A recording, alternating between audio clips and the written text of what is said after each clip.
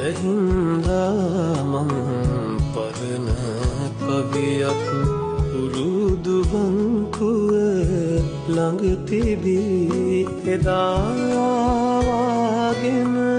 අදත් යුවලත් සැඳෑ කලපින් සුව විඳී රුදුරු සුළඟින්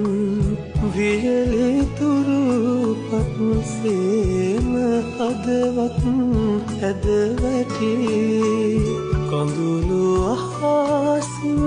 පතිත වී යලි කොළඹ සරසවි බිම තෙමී